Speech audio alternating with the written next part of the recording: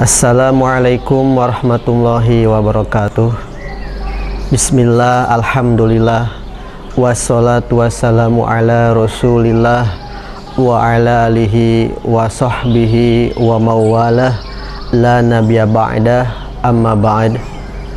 Faqad qala Allahu ta'ala fil Qur'anil Karim, a'udzu billahi minasyaitonir rajim, bismillahirrahmanirrahim. Yarfa'illahu alladzina amanu minkum walladzina utul ilma darajat. Al-ayah. Wa qala Rasulullah sallallahu alaihi wasallam, thalabul ilmi faridatun ala kulli muslimin wa muslimatin. Al-hadis. Pemirsa RCTP yang berbahagia, mudah-mudahan kita semua masih bisa berkenan hadir dan bisa mengaji kembali di segmen yang insya Allah penuh barokah ini. Dengan itu kita semua harus memanjatkan puji syukur kita kehadirat Allah Subhanahu wa Ta'ala, dengan mana kita semua alhamdulillah di musim hujan ini kita harus senantiasa bersyukur kepada Allah Subhanahu wa Ta'ala atas limpahan rahmat karunia dari Allah Subhanahu wa Ta'ala. La in syakartum la azidannakum wa la in kafartum inna adzabi lasyadid. Salawat dan salam kita senantiasa terus disanjungkan kepada baginda alam Nabi Muhammad sallallahu alaihi wasallam, Nabi yang selalu menanti-nanti umatnya untuk senantiasa selalu memberikan yang terbaik untuk umatnya. Karena apa? Umat Nabi adalah umat yang paling mulia di sisi Allah Subhanahu wa Ta'ala. Pemirsa RCTP yang budiman, baiklah kita alhamdulillah bertemu kembali di acara yang insya Allah penuh barokah ini terkait ibadah kepada Allah Subhanahu wa Ta'ala, atau dalam artian fikih. Kitab fikih ini kita akan membahas satu, yaitu bertema sesuatu ataupun fardu wudu. Ketika kita mau sholat, ketika kita mau melaksanakan ibadah sholat, pasti tentunya kita harus suci dulu. Artinya apa? Harus suci dari hadas kecil maupun hadas besar. Hadas kecil itu sesuatu yang menyebabkan kita untuk bersuci dengan berwudu, termasuk kita kentut, kita habis mengeluarkan sesuatu dari jalan dua ataupun jalan belakang, ataupun kita bersentuhan kulit dengan perempuan yang bukan mahram, itu pun menyebabkan kita harus berwudu dulu. Ketika kita sholat tanpa wudu, berarti sholatnya tidak sah. Oleh karena itu, di sini pemirsa saya akan membahas tentang ataupun terkait masalah fardu wudu, hal-hal ataupun yang harus dilaksanakan ketika kita berwudu. Yang pertama di sini saya akan bahas fardu wudu itu jumlahnya ada 6. Yang pertama yaitu an-niyatu, niat. Terlebih dahulu ketika kita mau berwudu, niat. Bagaimana kita cara untuk berniat wudu? Kita kan ketika mau wudu, kita kocorkan air di keran ataupun di kolah, kemudian kita sebelum kita memasukkan kedua telapak tangan ini, kita terlebih dahulu niat. Niatnya gimana? Niatnya yakni nawaitul wudu'a lirafil hadasil asghari fardhu lillahi ta'ala. Langsung saya niat wudu untuk menghilangkan hadas kecil fardu karena Allah Ta'ala. Langsung itu niat yang pertama dari fardu-fardunya wudu. Jadi kalau ada orang berwudu tanpa niat, berarti niatnya tidak sah. Kita langsung ujung-ujung wudu, langsung basuh muka, kemudian basuh telapak tangan, kemudian basuh tangan, basuh kaki. Tidak ada niat, disisipin niat di awalnya, berarti itu wudunya sia-sia. Artinya apa? Kita harus berniat dulu.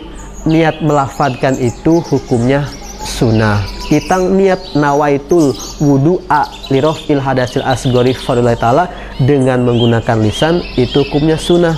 Adapun niat dalam hati itu yang wajib untuk kita laksanakan. Jadi niat itu dapat pahala dengan lisan, kemudian kita dalam hati, itu suatu kewajiban fardu wudu. Pemirsa RCTP yang berbahagia, yang kedua dari fardu wudu itu adalah wasani ghusl wajhi, membasuh wajah. Tadi yang pertama adalah niat, yang kedua harus membasuh wajah, bukan mengusap ya. Jadi kata-kata ghusl itu diambil dari kata ghusala yaghsilu ghuslan ataupun ghuslan. Nah, ghuslul wajhi, membasuh wajah, artinya air itu harus diambil oleh kedua telapak tangan ini, langsung dibasuhkan ke muka, nah ke wajah. Nah, batasan wajah itu dari sini, batasannya dari ujung rambut tumbuh ini di atas, kemudian dari kembali ke dagu ya. Dagu ini batasan wajah dari atas ke bawah. Kemudian dari kiri ya, telinga kiri sampai telinga kanan ini batasannya. Jadi batasan ini wajah yang harus kita basuh, pemirsa. Oke pemirsa, jangan beranjak kemana-mana, saya akan kembali setelah pesan-pesan berikut ini. Pemirsa RCTP Lakapadane yang insya Allah dirahmati Allah Subhanahu wa Ta'ala, baiklah saya akan menjelaskan kembali fardu wudu yang ketiga. Tadi yang kedua sudah kita jelaskan, yakni membasuh wajah. Sekarang kita menginjak ke fardu wudu yang ketiga, wasalisu ghuslul yadaini ma'al mirfaqaini, yakni membasuh kedua tangan sampai siku ya. Siku dua ini, tangan ini yang kesini, siku dua harus dibasuh ya, sampai pergelangan tangan ini, siku ini nih, siku pergelangan siku ini kita harus basuh. Ini fardu wudu. Fardunya wudu yang ketiga harus membasuh kedua tangan hingga siku dua. Kalau ada orang yang membasuh tangan hanya sampai segini aja, wudu membasuh tangan sampai segini, ini tidak sah. Karena apa? Belum nyampe ke siku atau sampai pergelangan tangan. Orang wudu kemudian sampai pergelangan tangan, sebabnya dia pakai baju ya, kemeja tangan panjang, kemudian dia males untuk dibukanya, kemudian sampai sini aja. Ini kalau ada orang yang mau sholat kemudian wudunya sampai segini, ini wudunya tidak sah. Ketika tidak sah wudunya sampai sini kemudian kita sholat, maka sholat pun tidak akan sah. Pemirsa RCTP Lakapadane yang berbahagia, itu fardu wudu yang nomor 3, yakni membasuh kedua tangan sampai siku 2. Kemudian warabiu, dan yang keempat adalah masurosi, mengusap ya rambut sirah, mengusap kepala. Itu bagian dari fardu wudu yang nomor keempat. Jadi ini disebutnya batasan sirah ataupun kepala ya. Ini harus kita basuh ketika harus kita usap ketika berwudu. Jadi cukup kita usap aja ketika dalam keadaan wudu, itu sudah sah, walaupun kita tidak ada rambut sama sekali. Ini bisa membuat sah untuk kita walaupun kita dalam keadaan gundul. Artinya apa? Artinya cukup kita membasuh sirah kepalanya saja. Pemirsa RCTP yang insya Allah dirahmati Allah Subhanahu wa Ta'ala, yang kelima wal khomisu ghuslul rijlaini ma'al ka'baini, membasuh kedua kaki serta dua mata kaki, itu bagian dari fardu wudu yang nomor kelima. Oleh karena itu ketika kita membasuh kaki, hati-hati ya, kita lihat dulu sampai batasan mana. Jadi membasuh kaki sampai batasan ini, kita contohkan sampai mata kaki ini. Jadi di atas mata kaki ini kita harus dibasuh untuk menyempurnakan wudhu kita. Oleh karena itu pemirsa yang dirahmati Allah, ya hati-hati ketika kita membasuh anggota-anggota wudhu yang diwajibkan secara ilmu fikih. Tadi batasan membasuh kedua kaki sampai mata kaki. Pemirsa RCTP yang dirahmati Allah Subhanahu wa taala, fardu wudhu yang terakhir adalah wasadisu atartibu, yakni tertib. Nah, tertib itu artinya apa? Tertib itu artinya mendahulukan anggota yang pertama, kemudian mengakhirkan anggota yang terakhir. Ketika kita berwudu, rukun ataupun fardu wudu yang pertama itu niat, berarti kita niat terlebih dahulu, kemudian membasuh wajah, kemudian membasuh kedua tangan hingga siku dua, kemudian mengusap kepala, kemudian membasuh kedua kaki hingga mata kaki. Nah, itu namanya tertib. Jangan tidak tertib. Jadi kita pertamanya dulu membasuh kedua kaki, kemudian kedua tangan, kemudian baru niat terakhir. Itu namanya bukan tertib. Jadi artinya apa? Harus urut ketika kita melaksanakan ya tata cara untuk kita berwudu. Kenapa? Tertib itu bagian dari fardu wudu yang terakhir. Jadi artinya pemirsa, ketika kita berwudu, berhati-hatilah dalam kita berwudu. Karena apa? Ada hal-hal yang wajib kita laksanakan ketika mau berwudu. Kalau kita mau berwudu, otomatis ada hal-hal yang istilahnya wajib untuk kita lakukan.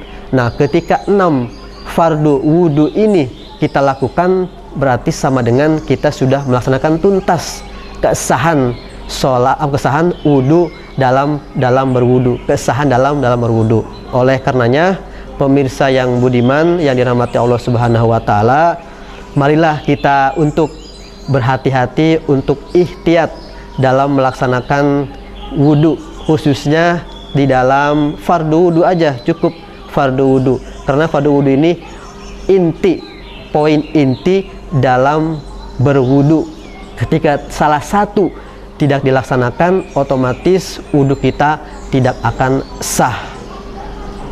Oke, kita bisa dipahami, kita bisa mempraktekannya untuk berwudu dalam syariat Islam, dalam pandangan ilmu fikih.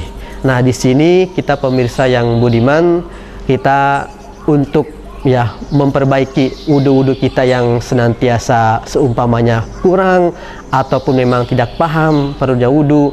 Nah, kita di sini tadi sudah saya jelaskan, ternyata poin-poin penting dalam berwudu adalah ada 6.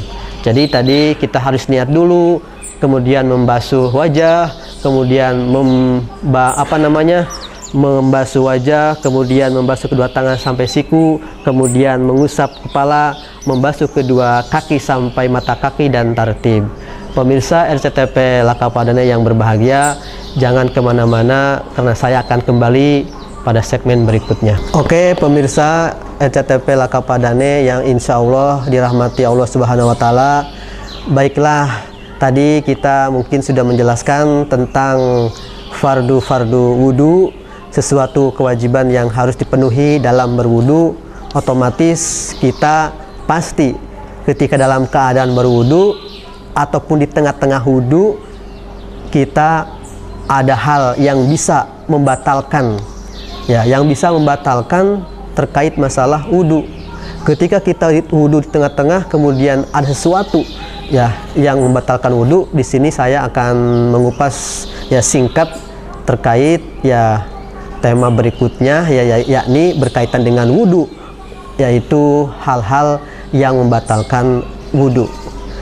Hal-hal yang membatalkan wudu, pemirsa RCTP, di sini saya akan mengutip ya dari kitab-kitab tokoh ulama-ulama terdahulu, ulama-ulama salaf, ya, yakni yang pertama adalah mengeluarkan sesuatu dari jalan depan ataupun jalan belakang. Ini sesuatu yang membatalkan wudu. Jadi ketika kita berwudu, ada sesuatu yang keluar dari jalan belakang ataupun jalan depan, itu bisa membatalkan wudu. Artinya apapun yang keluar ya dari dua jalan itu berarti bisa membatalkan wudhu. Wudhunya kita ulangi kembali. Itu yang pertama. Jadi tadi hal-hal yang membatalkan wudhu masih terkait dengan wudhu itu ada 5. Yang pertama, keluarnya sesuatu dari 2 jalan, jalan depan dan jalan belakang. Ini yang pertama. Pemirsa, yang kedua yakni hal-hal yang membatalkan wudhu adalah zawal akli, hilang akal. Ketika kita hilang akal dengan sebab kita gila, ataupun kita dengan sebab mabuk ataupun ayan, itu sudah membatalkan wudhu.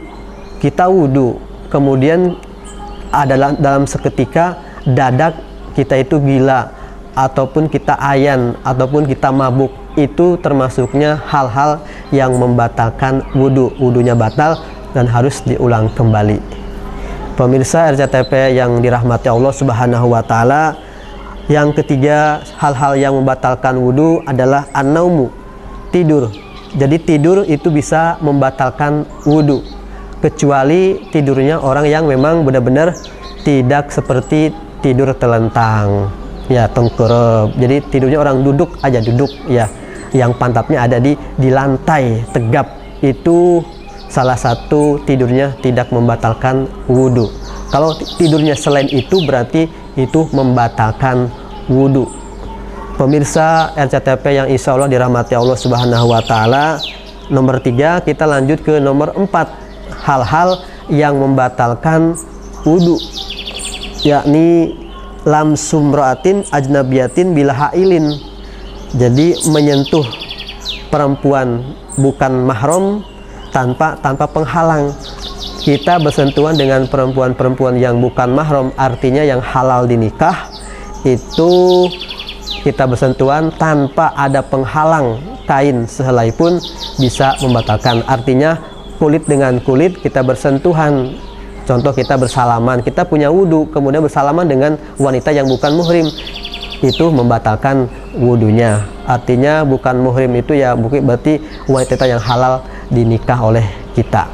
Jadi kita ketika bersentuhan dengan kulit perempuan yang bukan mahram atau muhrim tanpa penghalang, ini bisa membatalkan wudhu.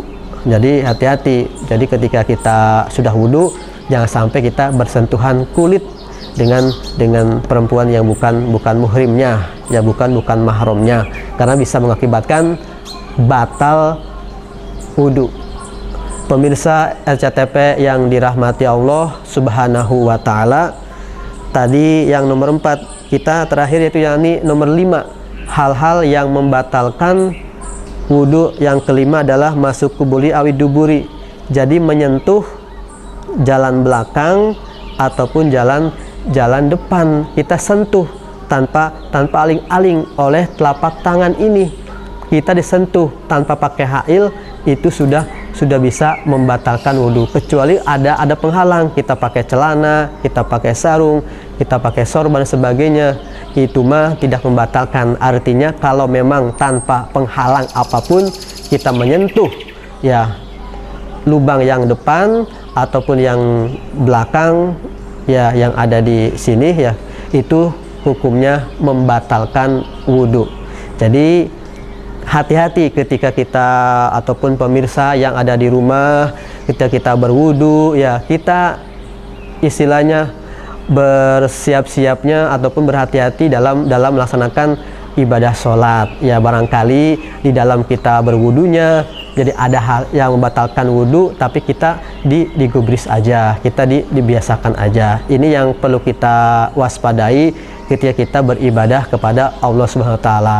Artinya apa? Artinya kita sudah bisa mewaspadai, ihtiyat dalam beribadah, itu yang lebih bagus ya. Pemirsa RCTP yang dirahmati Allah Subhanahu wa Ta'ala, mungkin dicukupkan ya tema tentang wudhu dan permasalahannya. Mudah-mudahan nanti di segmen berikutnya, di pertemuan berikutnya, kita akan kembali membahas hal-hal terkait ibadah yang lainnya. Mudah-mudahan bisa bermanfaat, dan kurang lebihnya mohon maaf. Wal afu minkum wallahu muwaffiq ila aqwamit thoriq. Wassalamualaikum warahmatullahi wabarakatuh.